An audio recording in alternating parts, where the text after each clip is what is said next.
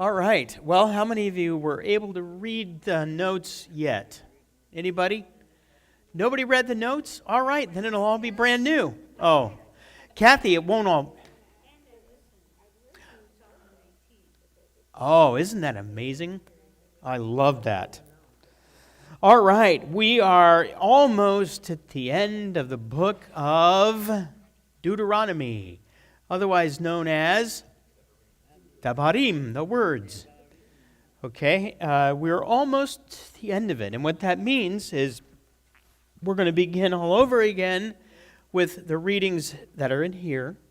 And the readings that we hand out on those little flyers every year, the Torah readings match the Torah readings in this journal, which match the Torah readings on the calendars that you may have. Whoops, I missed it, sorry. So there's the little things that we'll hand out. We'll have those available Friday night. So however you want to look them up and read them. However, the other readings, the readings from the prophets and the New Testament, the Brit Hadishah, those are all different in this journal and in this reading and on your calendar. Why? Because different people came up with them. So what I'm going to do this year is I'm going to be using the readings that are in the journal. Okay? Just so we all can read things together, those of us that are reading. And that's exactly what I do with mine. Check them off. And then what's nice about the journals, for those of us who were Baptists once, is they have little boxes with the check mark. So you can check the little boxes off there, which I love doing that. That means... Did I hear you right? The stuff that's in the journal, is it in the same order as what's in the little pamphlet? The Torah readings, yes. The other readings, no. Okay? So that you know that. What we're doing, what we're really going to be focusing on is the Torah readings, again, another year, but we're going to be learning a lot more Hebrew letters and words and language. All right? Which means I need to go dig back into that again. So we'll be learning it together. I may be 1 week ahead of you. And as long as I'm 1 week ahead of you, it looks like I really know what I'm doing. Right? Okay. All right, this week's reading, let's look at that. The name is Tavo, which means when you come or when you enter. Come and enter are one word in Hebrew. It's the word, does anybody know what the word is? Bo. B-O. Bo. Okay, this is Tavo, which really is, it's a form of the word bo, bo, which means enter or come in. So the idea is that Moses is kind of over and over again in Deuteronomy reminding them of what he wants them to remember when they enter into the land. Okay, which they do in the next book. The name of the next book is Joshua. Now, yes, something interesting about this is just I have a question mark on the end of it. Okay? So in the beginning of the book of Joshua, you hear the words that Moses gave us the command and that we are to remember as we go into the land. We're to keep the words of this Torah. And what I'm asking is, which Torah? Does he mean all of Torah, Genesis to Deuteronomy, or does he mean Deuteronomy? And why does it make any difference? Well, if you're looking at the idea of keeping laws and ways of life, then really the books that are that give you the most information about that are Deuteronomy and Leviticus and Exodus. Genesis really doesn't have any law in it at all. Genesis is all narrative, right? So when you hear someone saying the words, keep the law, what does that mean to you? Keep the law. Honor him, all right? If I just in general ask, do you keep the law or not? What does that mean? Are you a follower? Do you obey? Are you a law breaker or law keeper? But when Moses gives the word keep, which in Hebrew is the word shamar, okay, it doesn't only mean keep like I obey, but it means keep like I guard. I am a guardian. All right? So what it means to keep Torah is not only obeying what is in there that is written for us to obey, but it means guarding the narratives. Okay? It means guarding and honoring this body of writings and remembering it and honoring it and guarding it for all generations.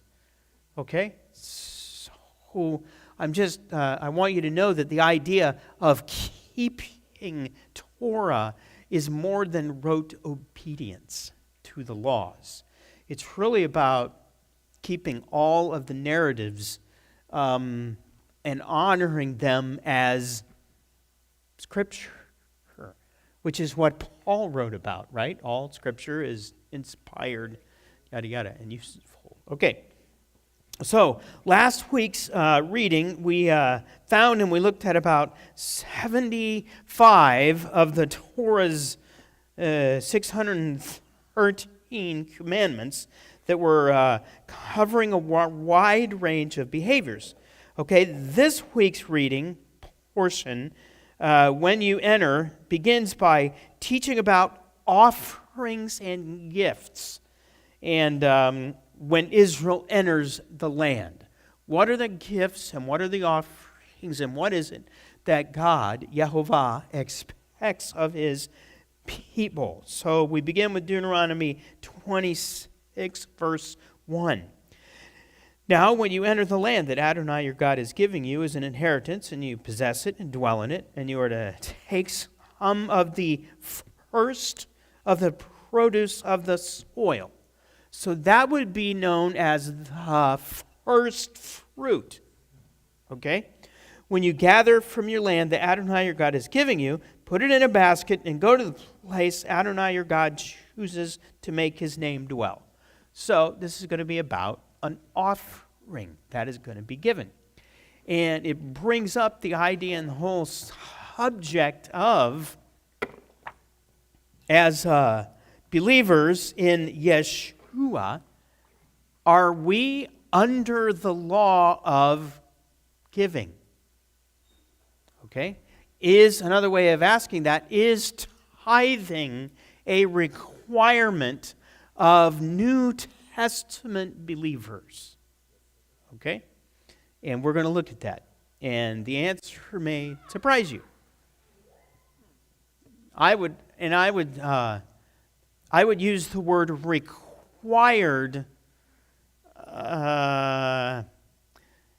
yes and no.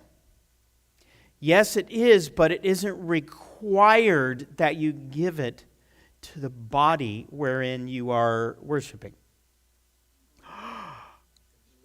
A pastor telling people that it's not the law that they give to his church? Yes, that is what I'm telling you. Because in Deuteronomy, there's more than one. There's more than one gift. There's more than one tithe that is to be given. Okay? One is one that is to be given to the Levites. All right? Now, we don't have any Levites. So what's the closest thing that you have to a Levite is maybe me. I don't know. I mean, it feels kind of weird to...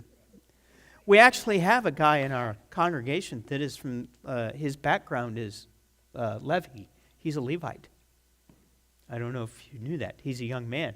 The guy that went over into Ukraine, Chris Lujan, is a Levite. So, anyway, we're going to look at a little bit of those principles. By the way, if you want to learn more and you want to watch a video where you can learn more, I gave a little link there at a 119 Ministries. You heard that today. That's what you were talking about. Yeah, good. Did you like it? Find it helpful? Good. Good, good.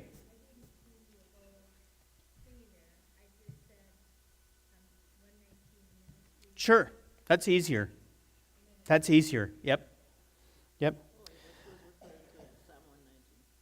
I did at the beginning, yeah, and then I read this and I was like, oh, now I know what you meant.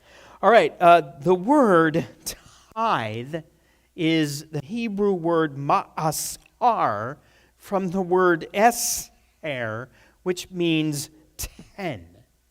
And in Leviticus and Deuteronomy, there are basically 4 different types of tithing that was required in Israel. Okay, the Levitical tithe, the Festival Tithe, the poor tithe, and the priest's tithe, which doesn't mean the one that you give to the priest, it means the one that the priest gives to the other priests. So we'll look at that in a minute. Okay, the Levitical tithe was given by all of Israel to the Levites. Okay, you read about that back in Numbers. In the 18th chapter, see, I have given all the tithes in Israel to the sons of Levi as an inheritance in return for all the work of the service they're doing in the tent of meeting. Simple. They're doing the work, all right? So they get some of the produce of the land that will be their very own. And remember, the Levites, they don't get any land. Okay, all the rest of Israel, they get land inheritance, but the Levites, their inheritance is Yehovah, really, and the work that they do. And then later in that chapter, you read, for I've given the tithes that B'nai Yisrael presented to Adonai as an offering to the Levites as an inheritance. That is why I said they would receive no inheritance among B'nai Yisrael.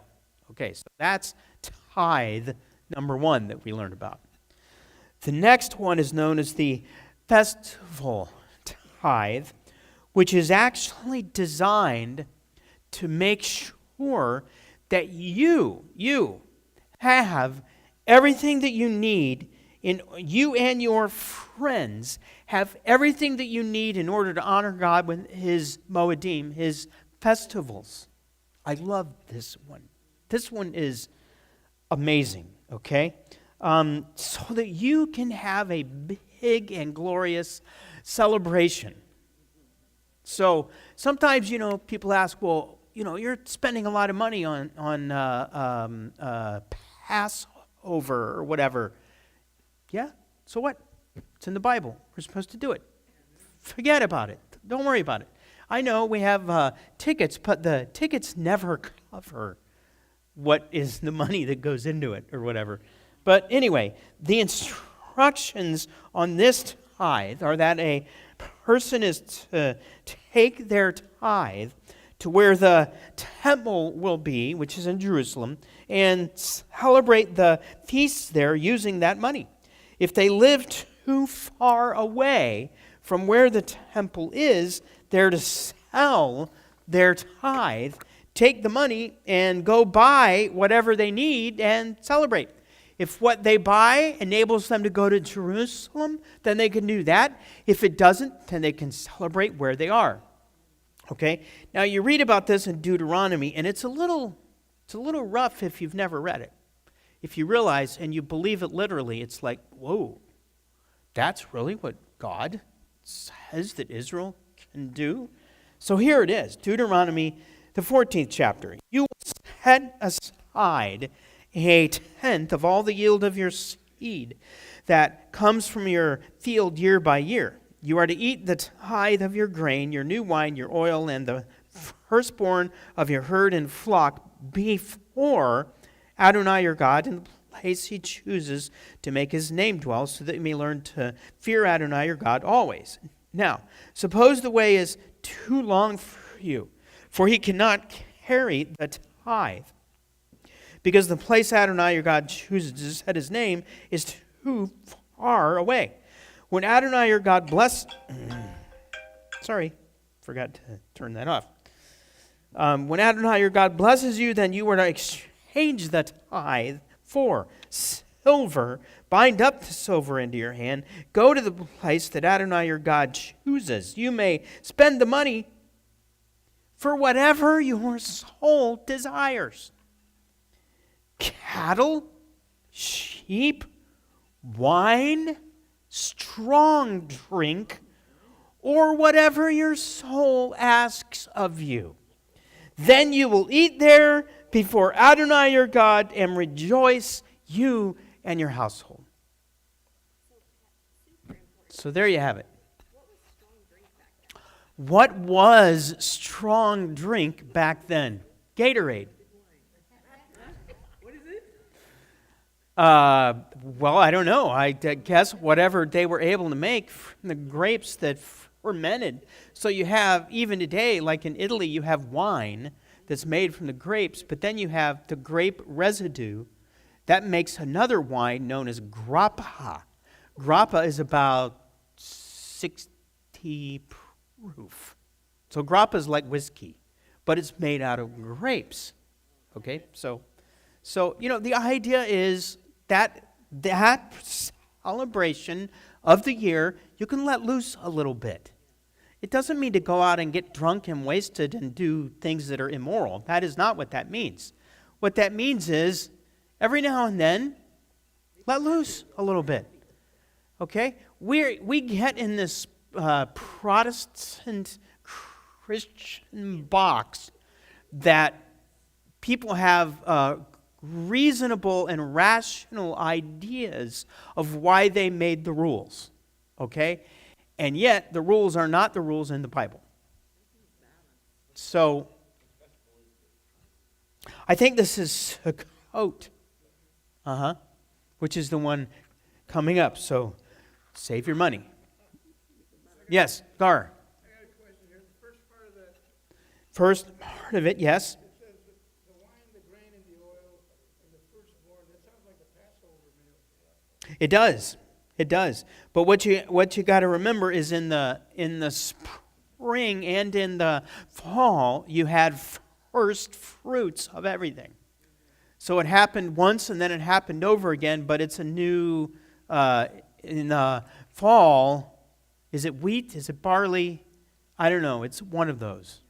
But yeah, but they had it more than once. So, yeah, it might be Passover. You can go back and look it up more. Harvest. Harvest. Yep. Okay, now, it was during these days, these feast days, that all the men were to appear before Yehovah, and they were never to appear empty-handed. They were always to have a gift, okay, that they would bring. Deuteronomy, the 16th chapter, 3 times a year, all your males are to appear before Adonai your God in the place he chooses. And it gives you the name of when. Okay? Matzah, that's unleavened bread. And Shavuot, that's Pentecost. And Sukkot, that's tabernacles. Okay? No one should appear empty-handed. Now, something about that I just want to bring up because I want to realize, because people have asked, well, what about the women? Well, there is no demand that the women be there with the males. They may be if they want. There's no forbidding them. But the idea was the woman was busy and she had a job that she couldn't leave. The man had a job that he could leave for a little while. The woman, not as much. She's going to go to Jerusalem. She's got to take everything with her. Take the babies with her. Take the house with her, the servants, whatever. She got to take it all with her. So Yehovah was not requiring that women appear in Jerusalem 3 times a year.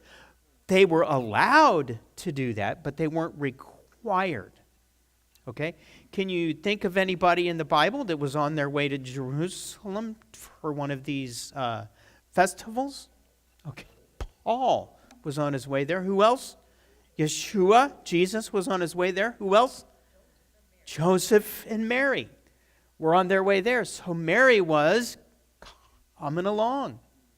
So it isn't like, okay, all the men need to appear before me, but the women, you guys, keep out. No, it wasn't that at all. It's the men are required. The women, come if you want, if you're able. Okay. Not that it isn't right or good to have men together as only men. That's also something that's valuable, I believe. And women with women. But not always. Okay, the idea in the synagogue of the women and the men being separate wasn't that way in Yeshua's day. Deuteronomy 16, you're still there, right? Mm-hmm. It says to bring a gift. Is that the same as a tithe? A gift and a tithe? Yes. Is the same? Well, no. Nope.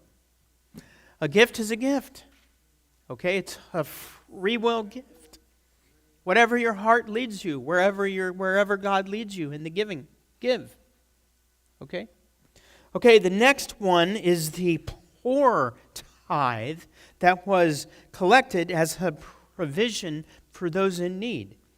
Okay, it says at the end of every 3 years, so here's the way you do it. At the end of every 3 years, you are to bring out all the tithe of your produce in that year and store it within your gates. And then the Levite, because he has no portion or inheritance with you, along with the outsider, the orphan, and the widow within your gates, will come in and eat and be satisfied, so that Adonai your God may bless you in all the work of your hand that you do.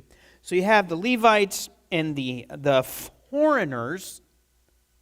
Oh. You mean like immigrants? Yep.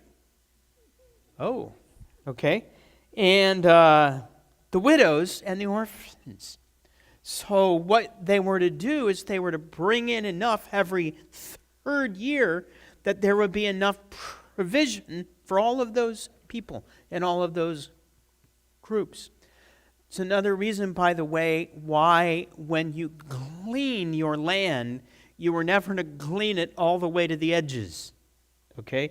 You were to leave the edges of your land so that travelers or people like Yeshua and his disciples, when they're hungry, they can go grab a little bit of it and eat it. James? The outside, is that a sojourner or a Gentile? Well, I think it's a Gentile.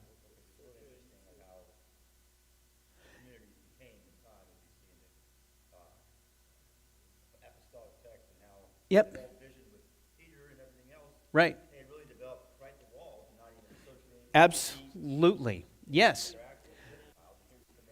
That's exactly right. Which is why all of that idea that it's not easy in the New Testament, God has to break that wall down. And what's amazing is he broke it down. Paul writes about it in Ephesians, about the wall that was there between the Jew and the Gentile. God broke it down, and 150 years later, men put it back up again. And it's been there for a couple thousand years, right? Ever since it's been there. Jews and Gentiles, right? Is it like when the curtain was torn in half into the curtain when Yes, when that was ripped, all right, what was that? A lot of people think that was the entrance to the Holy of Holies? No, it was not. It was the veil that separated the Jews and the Gentiles. Okay? Very interesting. All right.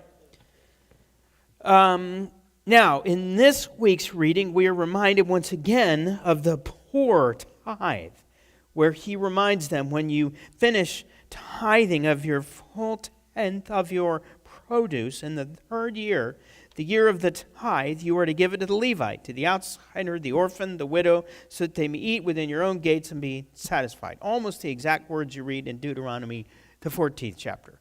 Why would he do this and repeat things over and over and over and over again?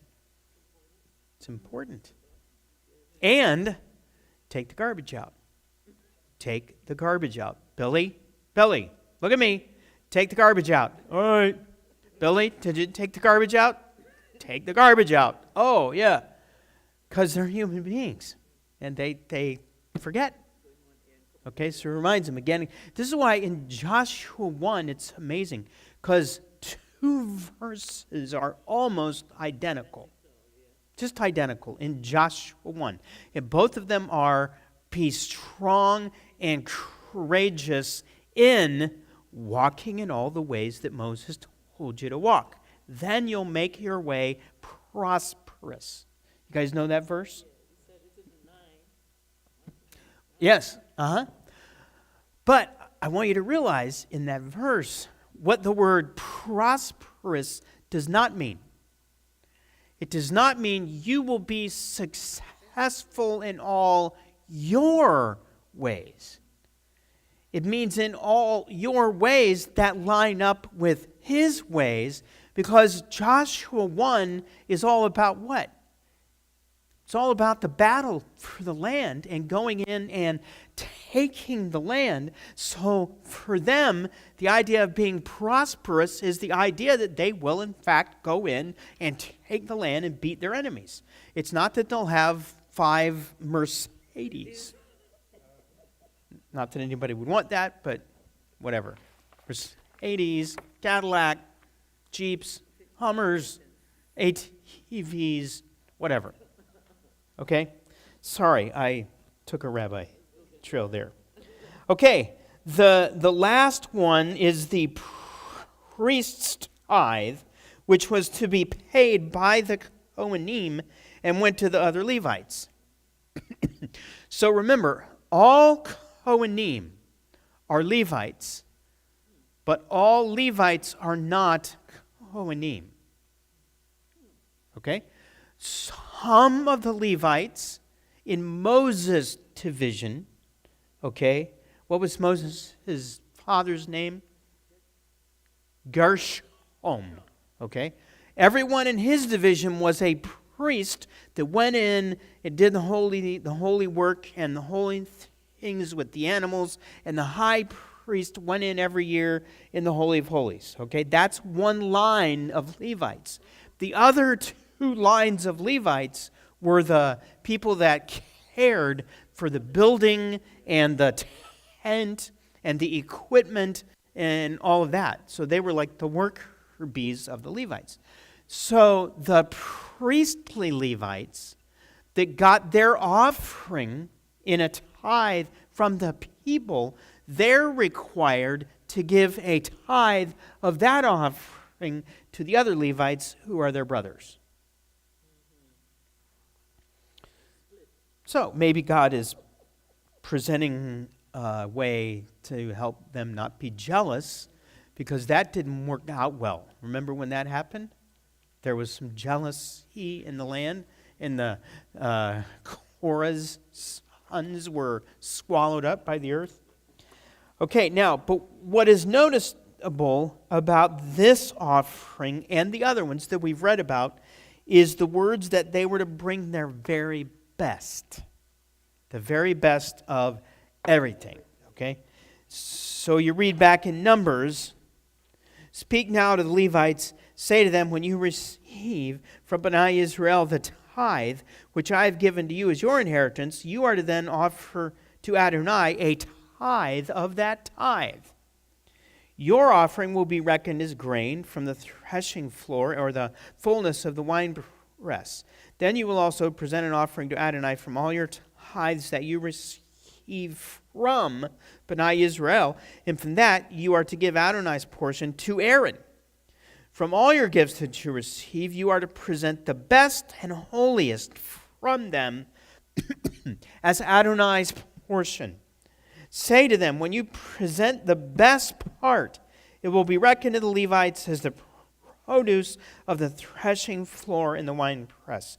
You and your household may eat it in any place. It is your wage for service in the tent of meeting. Okay? So the idea is bring your best. Bring your best. Bring your best. Your best what? We don't have grain.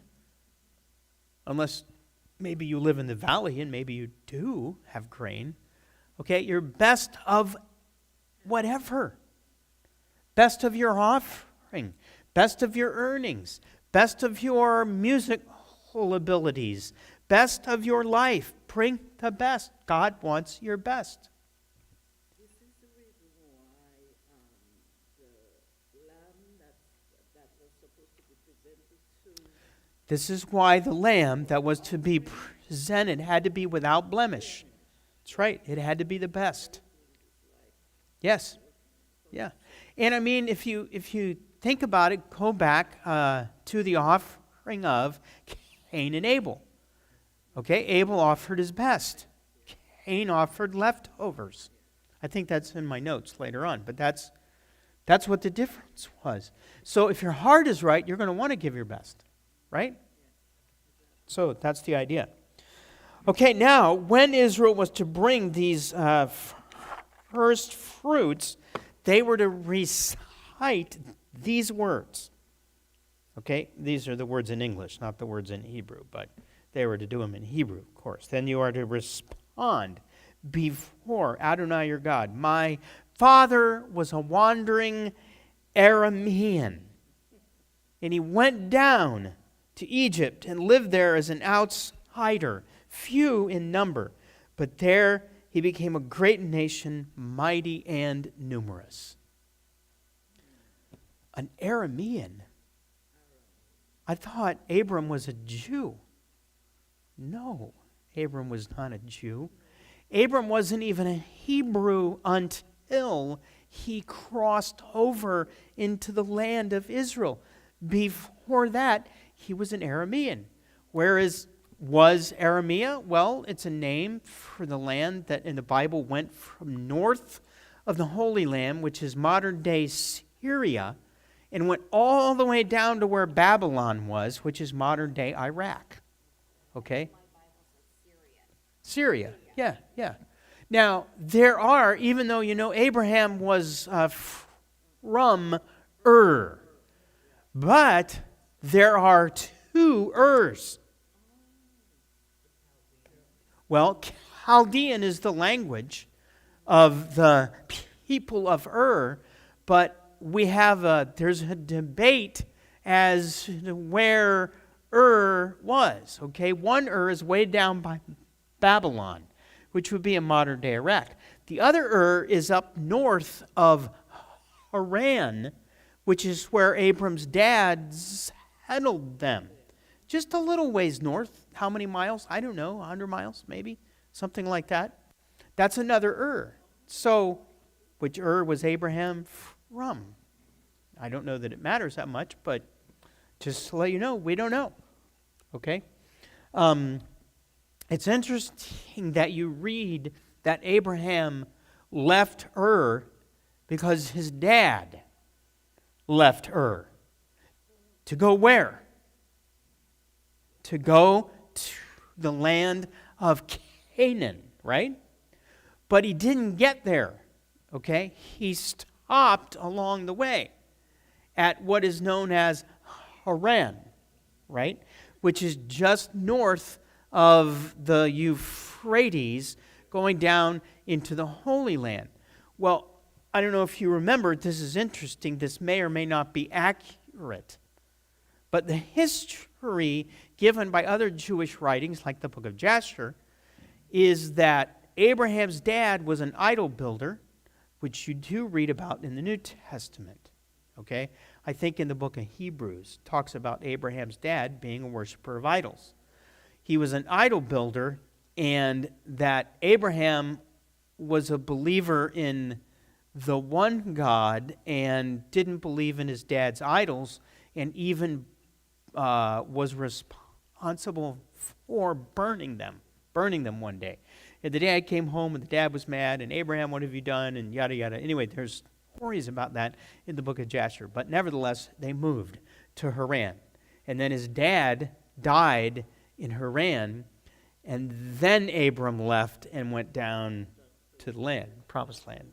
So there's another rabbi trail. So he was a wandering Aramean. The fact that he was wandering, was he ever not wandering? Pretty much, no. Pretty much he had, he was a shepherd, and they wandered. Why? The gypsies. But why? Oh, where the grass was. Okay? If there's no grass, then you got to wander.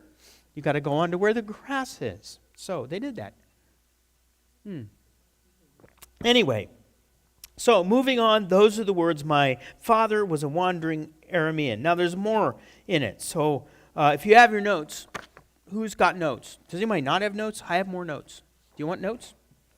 I have some notes. I think we're on page 3 right now.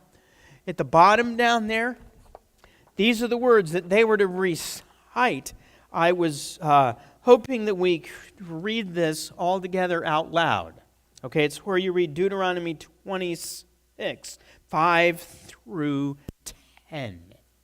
Everybody there? Okay, here we go.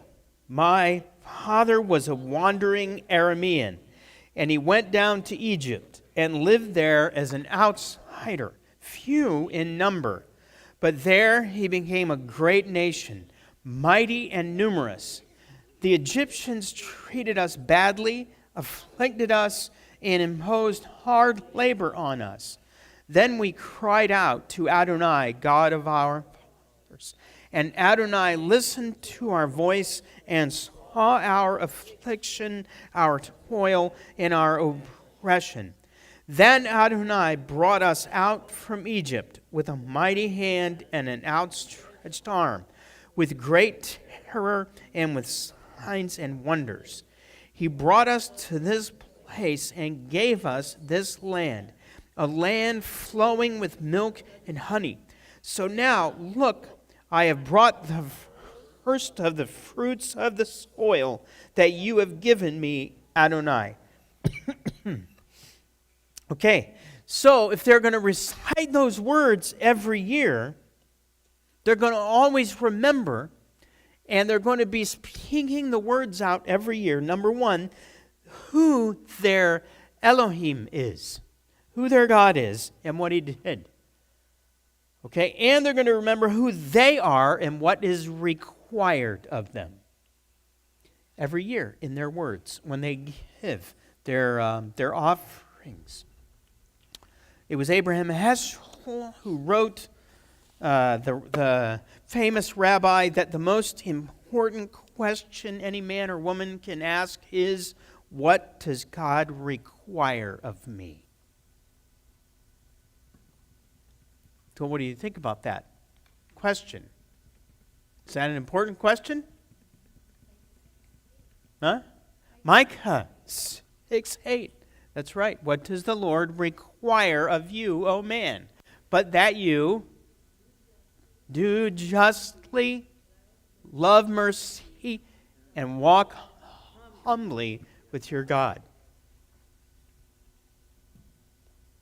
I think it's, I'll just make this brief comment. The most important question is not, what do you believe? The most important question is, what does God require of me? See how those are way different. Because you can sit there and believe anything and do nothing. Right? But with the God of the Bible, doing nothing is not an option if you want to be a follower. Followers move. Right? They get up, move, follow. Okay, now, Moses instructed the people when they came into the land, they were to set up a ceremonial memorial. I think we already went over this in another reading, but it's all right, we'll go over it again. In order that Israel would be able to emphasize the importance of their covenant with Yahovah. This memorial would involve all of Israel. Okay? So, number one, when they got into the land, they were to write out the Torah commands on 12 stones. All right? Then they were to erect these stones on Mount Ebal. Next, they were to be divided into 2 groups. 6 were going to be on Mount Gerizim, which is right across from Mount Ebal with a valley in the middle, which is the valley of Shechem. All right? And those that were on Mount Gerizim were going to begin shouting out all the blessings of following the Torah. Those that were on Mount Ebal were going to begin shouting out all the curses that were there if you did not obey Torah. Go imagine that. Okay? If you're imagining this literally, you're talking about millions of people. Okay? Half of them are going to go up on one mountain, and half of them are going to go up on another. So you're going to have 500,000 people up there in the parking lot at Glen Alps. And you're going to have the other 500,000 over on Wolverine Mountain on the trail looking down so that they're yelling and they're hearing one another. That's amazing. I don't know how that worked. Okay? Yeah. And the one is the Mount of Blessing and the one is the Mount of Curses. And they were to go over them. And they were to remember them. It's like another, hey, this is another warning. It's not even really a warning. It's a statement about what makes you a human being. Okay? What makes us a human being in the image of God is that we have been given this amazing gift of choice. Are you going to go left or right? Are you going to do His will or are you going to do your own will? So here they are in this mountain, and here it is again. And you have left and right, which is interesting. Okay, if you're looking at it from the Jordan River, and you're looking at these mountains, you have the mountains of blessing is on your right, and the mountain of cursing is on your left. So I always ask, is that related to Yeshua saying, I'm going to separate the sheep and the goats, and the sheep are going to go on my right, and the goats are going to go on the left? Why? Because on the right was the blessings, the left was the curses, which has nothing to do with whether you're left or right-handed, I don't think, but... You know what's there now? A tramway. A tramway in between them. Oh, isn't that nice? How much is it? Did you go on it? Yeah. Ah. Scary, but... Did you go from the right to the left or the left to the right? Down to up. Down to up. I just remember it was left or right. Now, Israel, if you read in the book of Joshua, you read that Israel literally obeyed this command in the book of Joshua when they won the battle of Ai, that they built the altar to Adonai on Mount Ebal as Moses had commanded, as is written in the scroll of the Torah of Moses. An altar of uncut, and then it goes over what the altar was like, and that they divided them together, and they heard the words of the Torah and the blessings and the curses. So, at the end of that reading there was not a word of all that Moses commanded that Joshua did not read before all the assembly of Israel, including the women and the little ones and the outsiders walking among them. Okay, now, following that description of the mountains, and you're going to have the blessings on your right and the curses on your left. Now, here are the blessings and the curses. So you get a nice list of them, and you read Deuteronomy 28:1, and you begin reading, and you're like, whoa, yes, this is awesome. That's what I want. Yeah, this is great and wonderful. And then right in the middle of it, all right, you begin to read the other end, the things that are on the other mountain, and you're like, oh, that's bad, bad, bad, bad, bad, which it is, okay? Now, notice in the beginning, with all the blessings, there's an if. Now, if you listen obediently to the voice of Adonai your God, taking care to do all of his mitzvot I am commanding you today, then Adonai your God will set you high above all the nations of the earth. Why will he do that? Why would he do that? Just because he thinks you're awesome because you kept his commandments? Yeah, that's one reason, but there's a greater reason. Because he wants all the earth to know him. And if you become the greatest people on the earth, the idea is everybody else on earth is going to go, wow, we want to be like them. How did you get to be that way?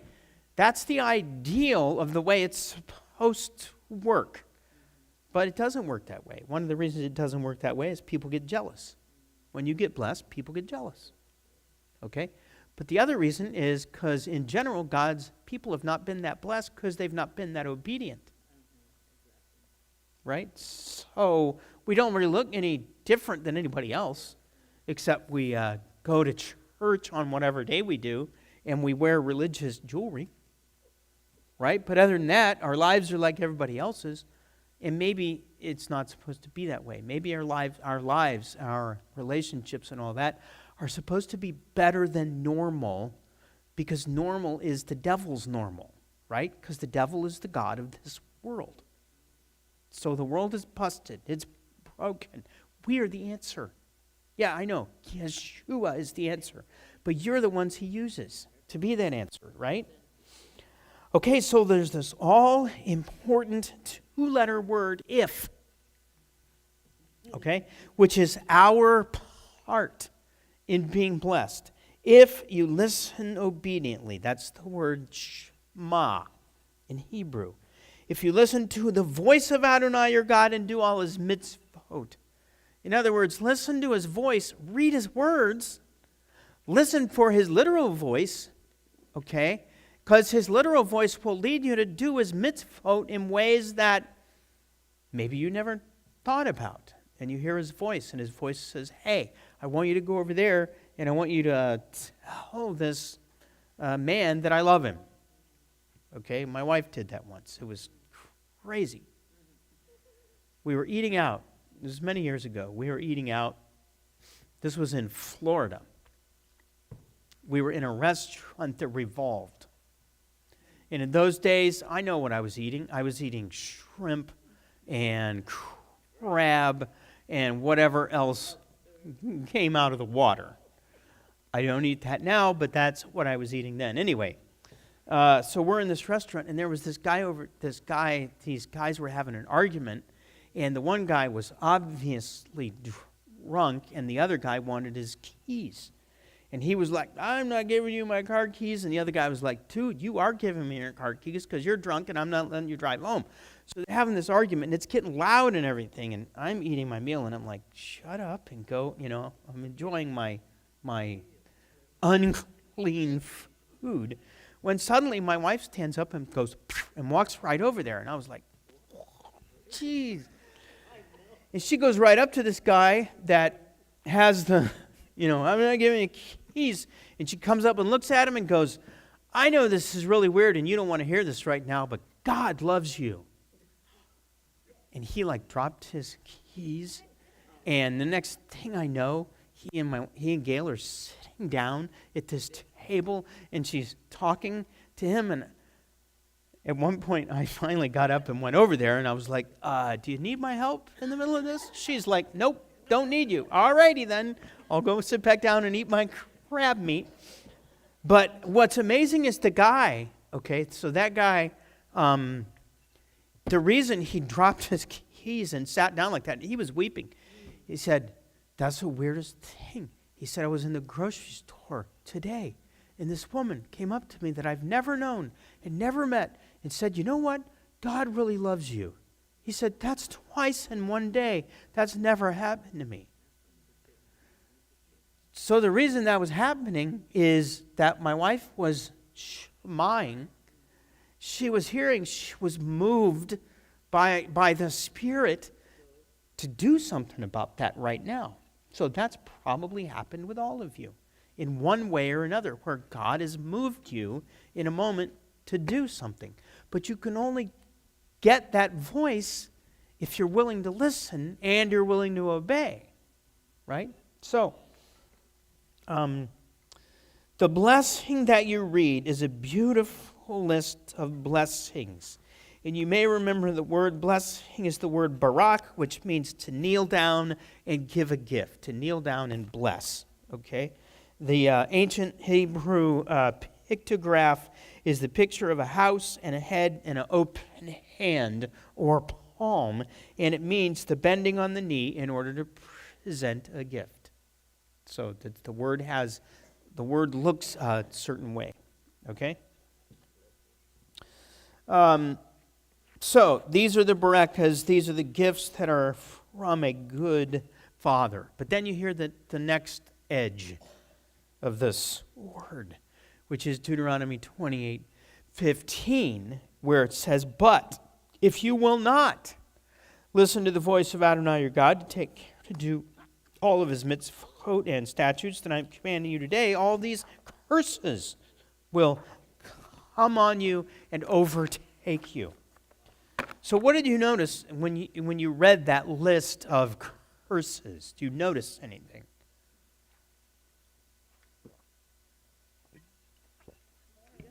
There's more of them. It's longer. Okay? And it gets worse as you read. They're bad. They're bad. The beginning ones are bad, and then they go from bad to bad. And then they go from bad to really, really bad. Okay, so 28, beginning the 15th verse, all right, is where, in this Bible I have in my hand is a different version than in my notes, the complete Jewish Bible. "But if you refuse to pay attention to what Adonai your God says and do not observe all of his mitzvot and regulations which I am giving you today, then all the following curses will be yours in abundance. Curse you in your city and in the countryside, in your grain basket and in your kneading bowl, the fruit of your body, the fruit of your land, and the young of your cattle and flocks.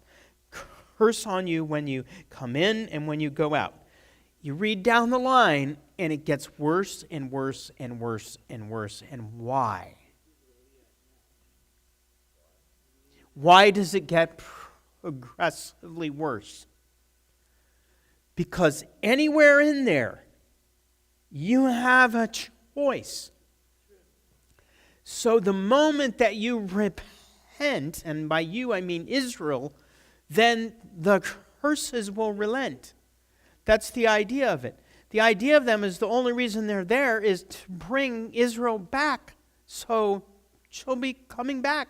And that's normal in any covenant of the day. Now, you could look at these and look at this, well, this is what God is doing to us. Right? Okay, you're in the middle of disobedience, and your life is wrought with curse. And you look up and you're like, "God, why are you doing this to me?" Which is a little like the, like I think I used to say this to my children. I don't know. I got grandchildren now. But when they used to, "Why are you spanking? Why are you punishing me?" And I'm like, I'm really not. Really, you're the one doing this. Okay? All you have to do is not do that anymore, and then I won't do this anymore, and it'll be good, right? But anyway, so that's what's going on with these blessings and these curses, all right? Now, it's important to know and realize that the blessings and curses are related to what Paul writes about in Galatians when he writes about the curse of the law. He says that Christ has redeemed us from the curse of the law. Almost everybody that I talk to reads that believing that the law is the curse. Right?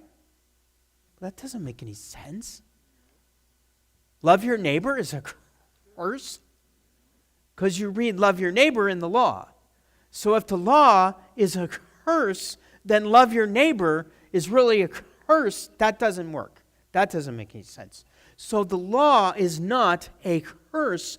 However, there are curses listed in the law. And we just read them.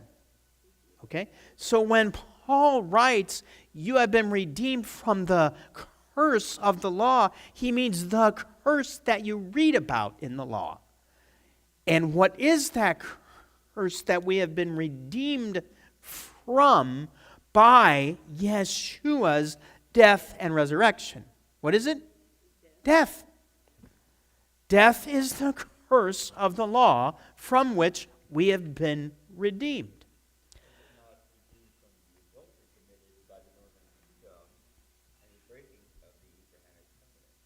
Well, it is, but the ultimate end of that breaking is death. Okay? Yes, that covenant is what I'm saying, but it doesn't mean that all sins that lead to death, he is now covered. He is now redeemed as well. You say it does not mean that?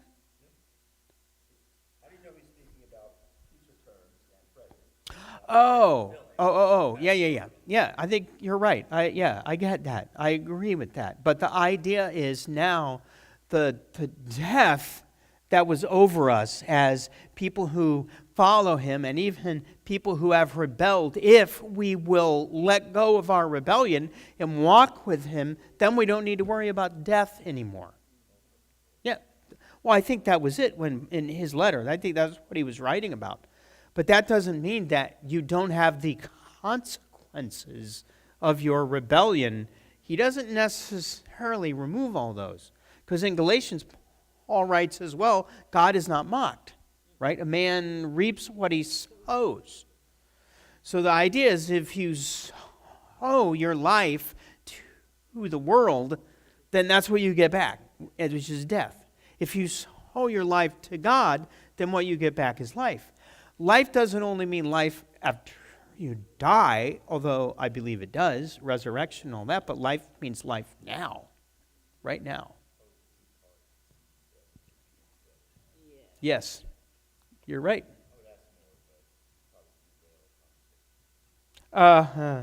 Page are we on 6? No, probably wouldn't. You want a mic?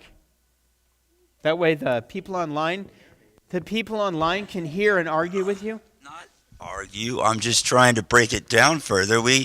Do it. What are the facts? The Abrahamic covenant was broken. Yeshua said that, or Yahweh said he would fulfill the breaking of it by man or himself, which we knew he would not break it.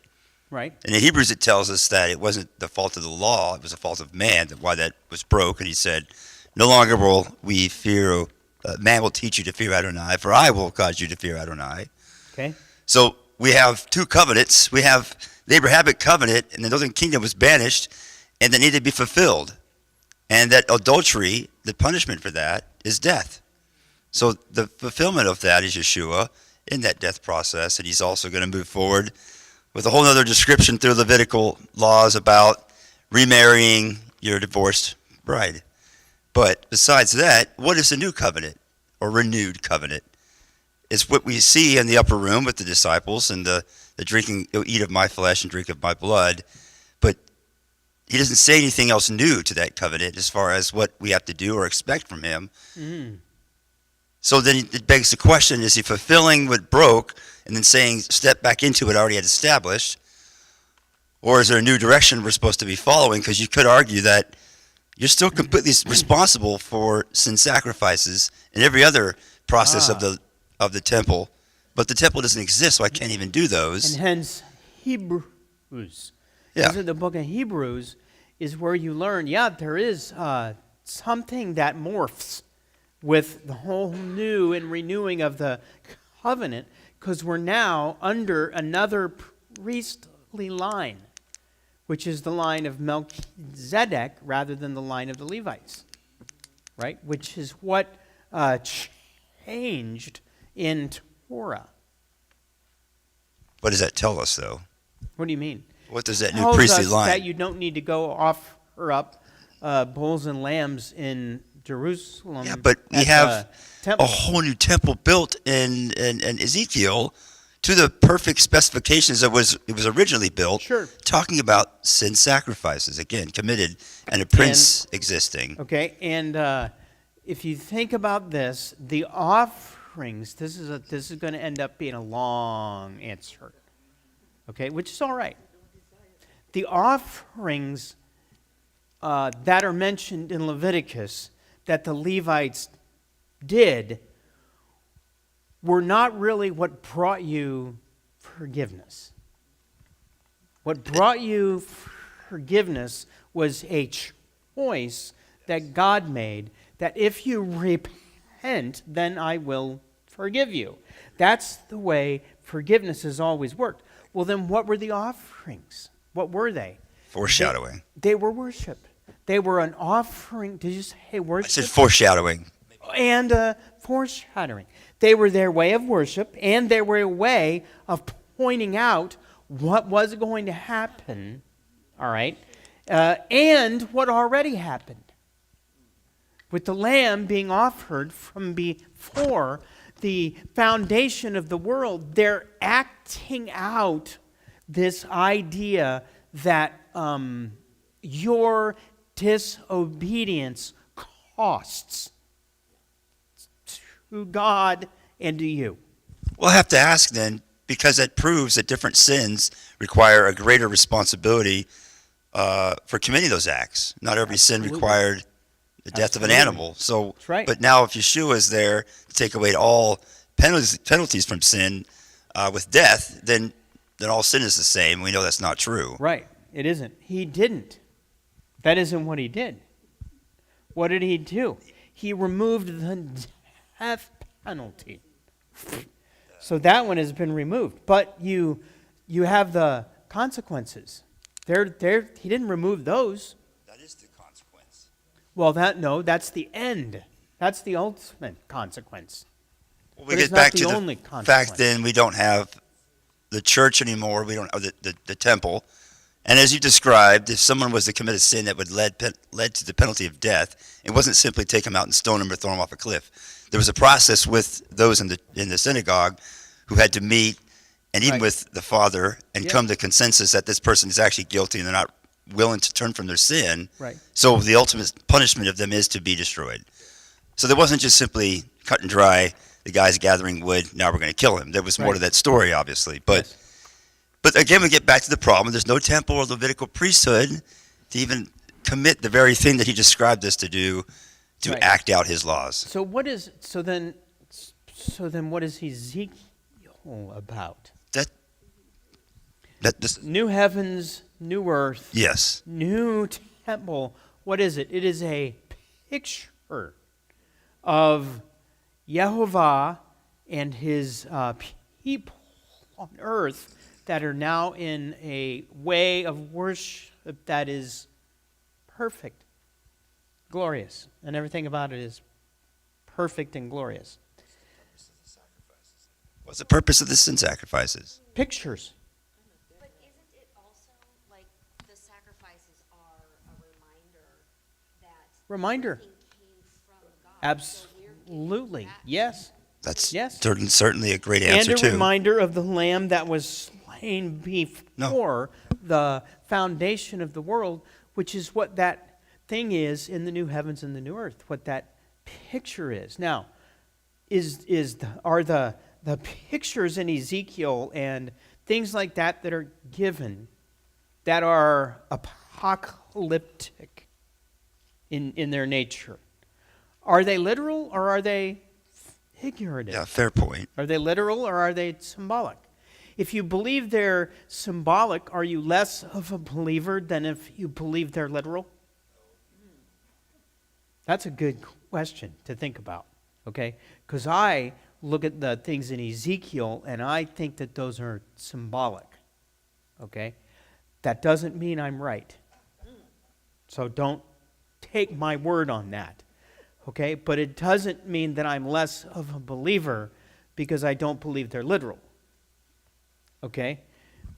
Sometimes things that are literal have meanings behind them, and the meanings behind them are more important than the literal. So, need a mic? Go ahead. Who's next? Let me Take it from me. let me walk the mic over. Okay?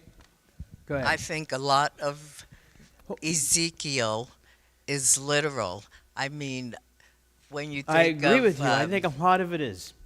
yeah, because when that wheel within the wheel left the temple, that was a symbol of God leaving his That's people right. Yes. at that time. Yes, exactly. Yes. So, Yeah. And just like when Ezekiel went and he dug a hole in the wall and then took his luggage. Was it Ezekiel did this? Took his luggage and walked through the hole wall. in the wall and headed out the other way. It was like, hey, you guys, this is a reminder that you're going to be leaving and going to Babylon. amen. All right, like that. But the hymn with the luggage and the hole in the wall wasn't the literal what it was about. What it was about was, you guys are going to Babylon, okay? And this is a warning that I'm giving you, all right? And sometimes there are things in the Bible that work that way. They work that way because they're things that are either apocalyptic or prophetic, have lots of symbols in them, sometimes trying to figure out what they mean. Just like the one back in the book of Numbers where you have the snakes, and Moses goes, stick a pole up. No, God says to him, stick the pole up, put a serpent on it, or a nahash on it, or a different word, on it, and everybody that looks at it's not going to die. What? That's bizarre. It's got meaning there, but if you don't know the background of what's going on in the world back then and don't realize that what that was about, then later, thousands of years later, Yeshua uses that story to let Nicodemus know what he's about to do on the cross. He says, just as Moses lifted up the serpent in the wilderness, so I, the Son of Man, is going to be lifted up, and everybody that looks at me is going to be healed. Okay? So if you look at all that, literally, and you're like, wait a minute, Jesus is a serpent? Jesus is going to be... No, it doesn't work that way. All right? There are meanings there that are just woven, and they're beautiful if you allow them a little flexibility. I guess is what I'm getting at. Did you have your hand up, Sabah? You had your hand up? Okay. I think this is more of a comment, but you know, heaven, the way that God has things set up, He's organized and legalistic, right? So there's, I know you don't like that, but you know, in order to be, want to know what you mean. well, in order to be forgiven of sin, there was a process, right? There's a process. And so it used to be, you'd go and you would confess and sacrifice and all that kind of stuff. And we still have to sacrifice. We still have to sacrifice our pride and our time and verbally confess, Sure. which basically cancels the accuser's authority in Yes. the courts of heaven, which are as real now as they were back then. Yes. And so the process is a little bit different, but there's still a process, right? Like we didn't get Absolutely. out of that. Yeah. Yes, that's right. Yep. Okay, hang on. Dana's on. Go ahead and get him. Okay. I'll come after. Okay, Matthew, you're on. Hello, Matthew, are you there? Yep, You're on. yep, Go I'm ahead. here. Go ahead. Going back to the third offering for the poor, Yes. I was wondering if the collection in Acts happened to fall in that third year, if they were still observing that, and if reason why Ananias was struck down was because, obviously his heart wasn't in the right place, but he was also violating that Torah commandment. Isn't that interesting? I don't know, but that is a really good idea. Bringing that up, I would have to go back and look and see if that's what was going on. But it looks like that was what was going on, because the other things that were going on is they were taking up money and they were giving it to those that were in need. Right? So, maybe. But I like that idea. Maybe. Okay, so the offering that was commanded to be given on behalf of the poor and the Levites and the widows and the orphans and all of them, is that what was going on in the book of Acts when Ananias and Sapphira lied about the offering that they were bringing, and that offering was going to be used to help the poor? So was it that offering that they were lying about? Is what he's asking. And my answer is maybe, because when you read about what they were doing in the book of Acts in the chapter 5 and 6, they were selling their lands and everything in order that they would care for those that were in need. So if it wasn't the exact offering, it was the spirit of the offering, certainly.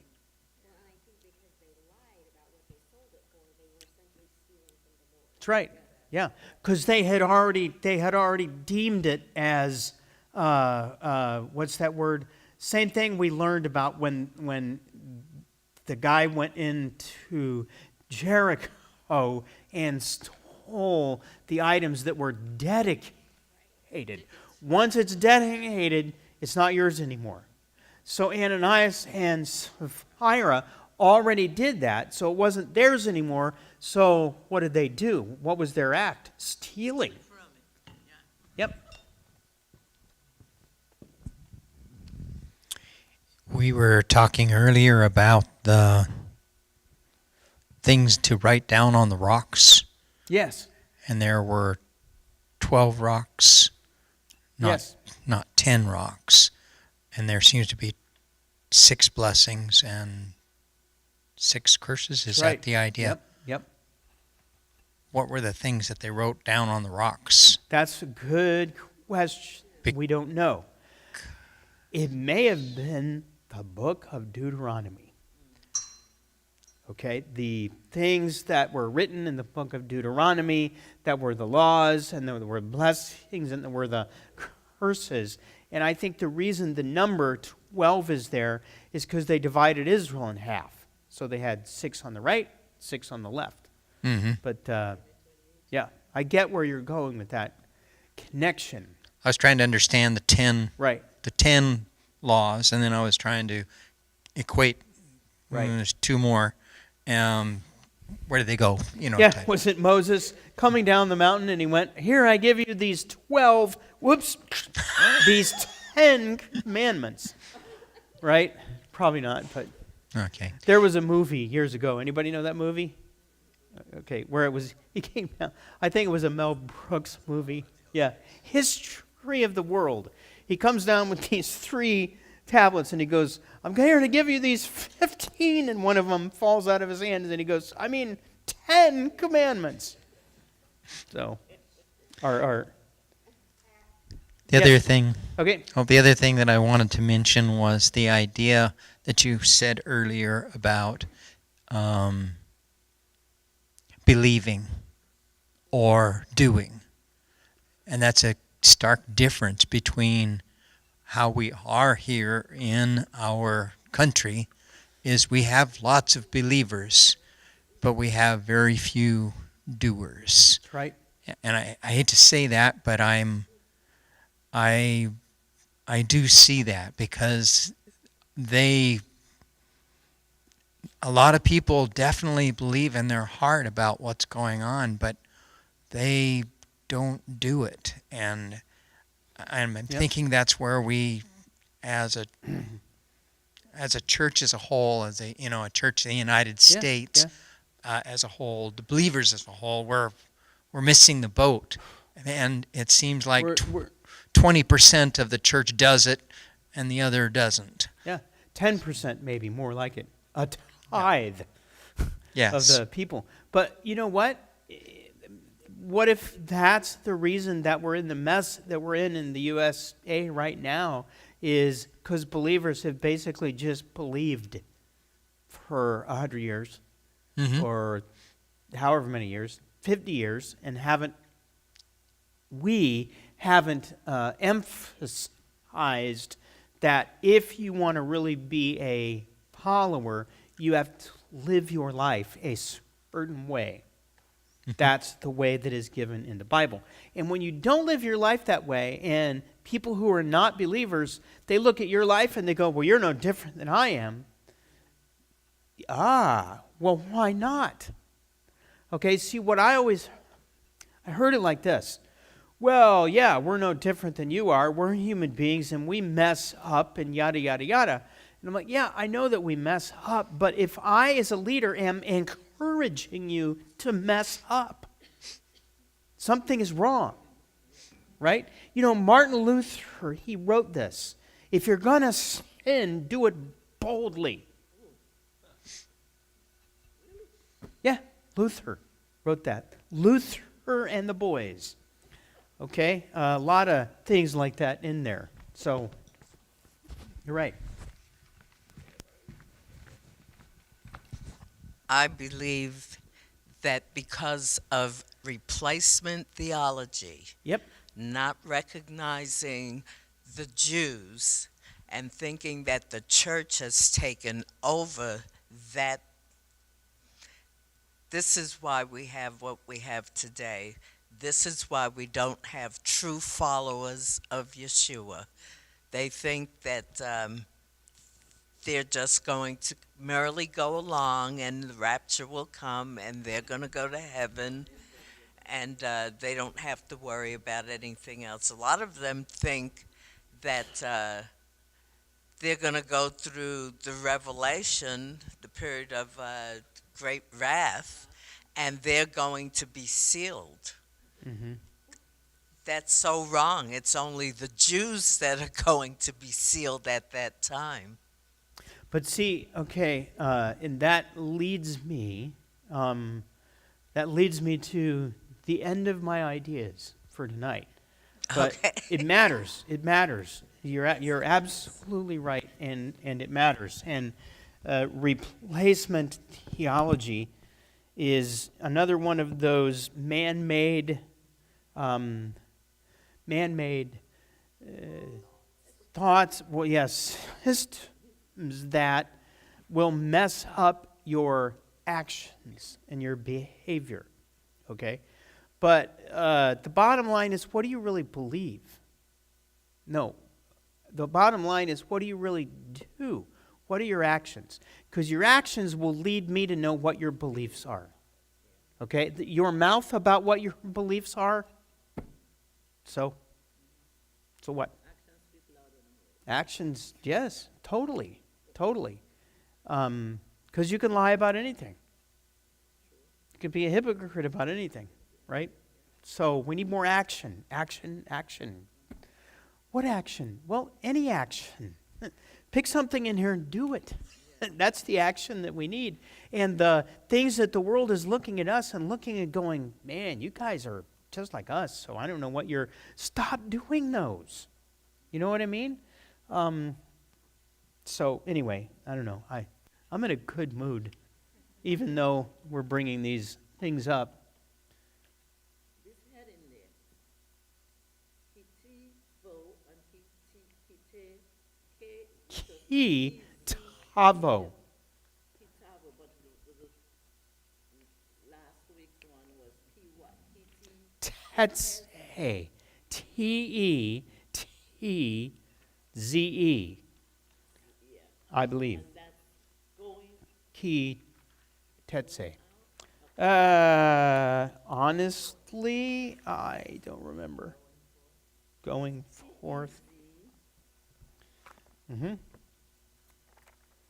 Let me make sure I'm saying it right. Well, key is when. Okay? Key is when. Okay, so there's when you come, that's tonight's. Okay? Last week's was when you go out.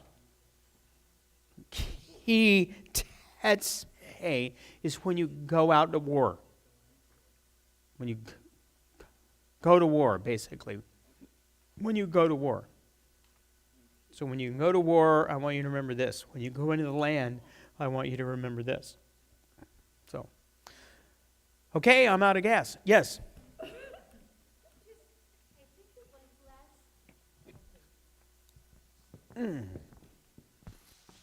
Wasn't it last time that you referred us to Skip Moen having listed all of the commandments, or was that in No, it was Mark fellowship? Biltz. Yeah, Yep. so that's who it is. If you guys haven't gone, you've got to get it because it's really cool. So I printed it out, but it's great. fun.